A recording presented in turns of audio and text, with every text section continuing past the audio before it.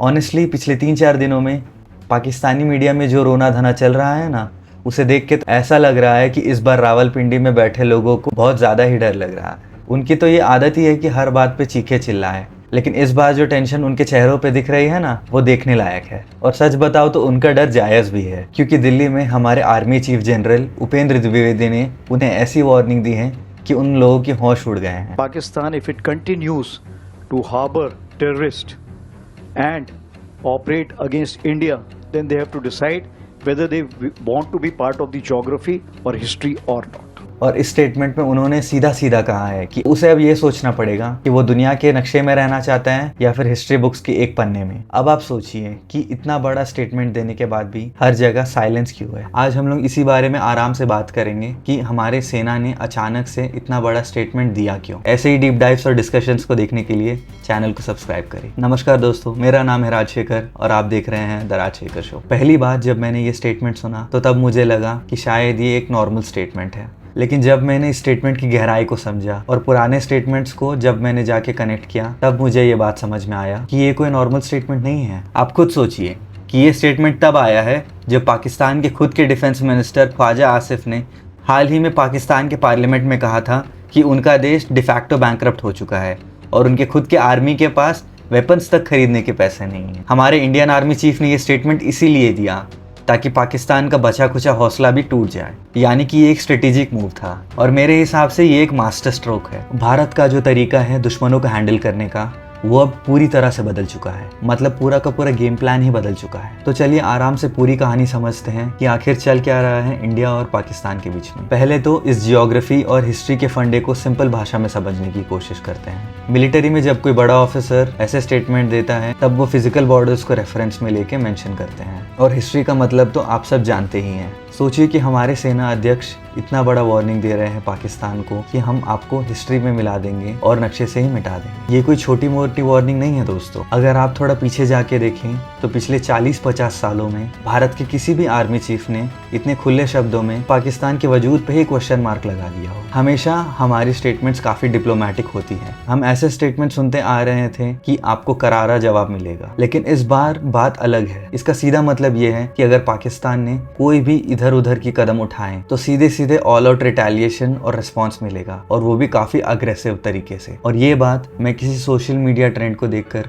हवा में नहीं बोल रहा हूँ। हमारे डिफेंस मिनिस्टर राजनाथ सिंह ने भी अभी हाल ही में एक मीटिंग में एक पुरानी बात याद दिलाई है, भय बिन होए न प्रीत। और इसका बड़ा सीधा मतलब है दोस्तों, जब तक सामने वाले के दिल में आपके ताकत का डर नहीं होगा तब तक वो आपसे तमीज से बात ही नहीं करेगा। भारत ने हमेशा से ही पाकिस्तान के तरफ शांति का हाथ बढ़ाया, दोस्ती का हाथ बढ़ाया, लेकिन उन्हें ये लगने लगा कि ये शायद हमारी मजबूरी है, शायद ये हमारी कमजोरी है। वो सोचते थे कि इंडिया तो बस डरता है, कुछ एक्शन नहीं लेता है। लेकिन अब इस बात से मैं बहुत ज्यादा खुश हूँ कि दिल्ली और हमारी सेना, उनका कॉन्सेप्ट बिल्कुल क्लियर है। अब हम शांति और डिप्लोमेसी के लिए रिक्वेस्ट नहीं करेंगे, अब हम सीधा एक्शन लेंगे। और आगे से अगर पाकिस्तान ने हमसे पंगा लेने की कोशिश करी तो उसे काफी अग्रेसिव स्टाइल में रिस्पॉन्स मिलेगा, जिसके चलते वो भारत के अगेंस्ट कोई भी कदम लेने से पहले 100 बार सोचेगा। अगर आप पिछले कुछ सालों का ट्रेंड देखेंगे तो आपने नोटिस किया होगा कि बॉर्डर में कोई भी छोटी मोटी हरकत अगर होती है तो हमारी सेना सिर्फ बॉर्डर पर ही रह के जवाब नहीं देती है। पर्दे के पीछे लगता है कि हमारी मिलिट्री एक बहुत बड़े प्लान पर काम कर रही है। इसका मतलब ये है कि हमारी आर्मी, नेवी और एयरफोर्स अलग अलग काम नहीं करती हैं, बल्कि एक सिंगल डिजिटल नेटवर्क से जुड़कर एक साथ इन कोऑर्डिनेशन अब दुश्मन पर प्रेशर बनाएगी। फॉर एग्जांपल, अगर बॉर्डर पर कोई हरकत होती है तो सिर्फ वहाँ के जवान ही एक्शन नहीं लेते हैं, बल्कि हमारे एयरफोर्स के जेट्स भी ऑन स्टैंड बाय हो जाएंगे, और हमारी नेवी समुंदर में हमारे शिप्स को आगे बढ़ाकर तीनों के तीनों एरियल, वाटर और लैंड के फ्रंट्स पे प्रेशर बनाएगी। और आप ये बात सोचिए कि खुद पाकिस्तान के जनरल्स उनके न्यूज़ और डिबेट शोज में जाके ये कहते हैं कि उन्हें समझ में ही नहीं आया कि हमला किस तरफ से हो रहा था और किस तरफ से प्रेशर बन रहा था। और इस पूरे गेम में सबसे मज़ेदार बात है पाकिस्तान का पुराना घिसा पिटा ड्रामा।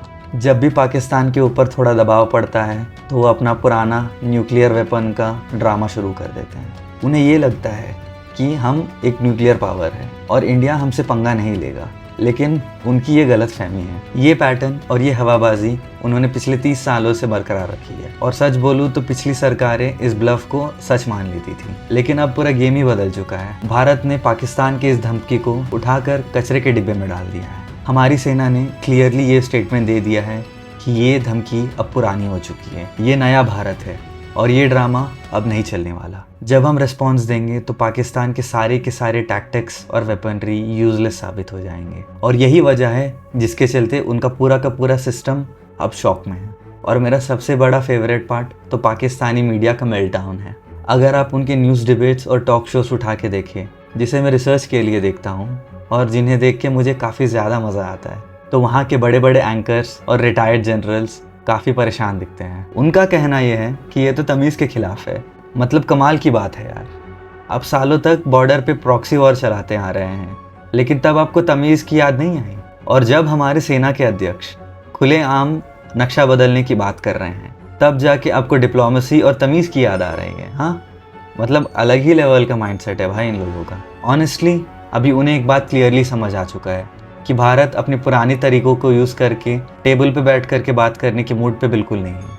आप खुद सोचिए कि उनका परेशान होना बिल्कुल जायज़ है, क्योंकि भारत ने इस गेम के पूरे रूल्स ही बदल दिए हैं। पहले हमारी डिफेंसिव पॉलिसी होती थी कि अगर बॉर्डर पे कुछ हुआ है तो हम अपने डिफेंसेस टाइट करके दिल्ली से एक कड़ी निंदा वाली लेटर भेज के उन्हें रोकने की कोशिश करते थे। यूएस और दूसरे कंट्रीज़ के पास जाके डिप्लोमेसी और सीज़ फायर का रिक्वेस्ट करते थे। इसके चलते सामने वाले को कोई बड़ा नुकसान नहीं होता था। लेकिन अब हमारी पॉलिसी बिल्कुल अलग है। इसका मतलब ये है कि हम उनके हमले का घर पे बैठ के इंतज़ार नहीं करने वाले। अब अगर हमारी सेना को बॉर्डर के पार थोड़ी सी भी भनक लगती है कि कुछ गड़बड़ होने वाला है, तो हम पहले ही वहाँ घुसकर उस थ्रेट को न्यूट्रलाइज कर देंगे। और इसी पॉलिसी के सामने उनके पूरा का पूरा सिस्टम हेल्पलेस हो चुका है। और इसमें एक और इम्पॉर्टेंट चीज़ है जो कि हाल ही में सामने आई है और जिस पर हमें एक्चुअली ध्यान देना चाहिए। जनरल द्विवेदी ने अपने स्टेटमेंट में एक फ्रेज़ यूज़ किया था जो काफ़ी लोगों ने ढंग से नोटिस नहीं किया। उन्होंने क्लियरली कहा है कि 2026 और 2027 को ईयर ऑफ नेटवर्किंग और डेटा सेंट्रिसिटी के रूप में मनाया जाएगा। और इसका मतलब ये है कि हमारी सेना पूरी तरह से digital network, real time satellite trekking और हाई स्पीड नेटवर्क से पूरी तरह से जुड़ चुकी है। यानी कि दुश्मन की छोटी से छोटी मूव हमारी AI और कंप्यूटर सिस्टम्स के द्वारा ट्रैक और न्यूट्रलाइज करी जा सकती है। और पाकिस्तान को बहुत देरी से रियलाइज़ हो रहा है कि वो इस मॉडर्न वारफेयर में हमारे सामने काफ़ी ज़्यादा पीछे रह चुके हैं और यही चीज़ उनके लिए सबसे बड़ी साइबर और मिलिट्री इनसिक्योरिटी बन चुकी है। ये सब देखने और समझने के बाद एक बात तो साफ है दोस्तों, भारत अब किसी भी तरह के प्रेशर में नहीं आने वाला है। हमारे आर्मी चीफ का ये स्टेटमेंट रावलपिंडी के सेना अध्यक्षों के लिए एक क्लियर वार्निंग है। अगर अब उन्होंने बॉर्डर पर शांति भंग करने की कोशिश करी तो पाकिस्तान आगे जाकर दुनिया के मैप से मिट जाएगा और सिर्फ हिस्ट्री का एक बुरा पन्ना बन के रह जाएगा। अपनी ओपिनियंस मुझे कमेंट सेक्शन में बताइए और ऐसे ही डीप डाइव्स और कॉन्वर्जेशंस देखने के लिए चैनल को सब्सक्राइब कीजिए। तो मिलते हैं अगले वीडियो में। जय हिंद, जय भारत, जय श्री राम।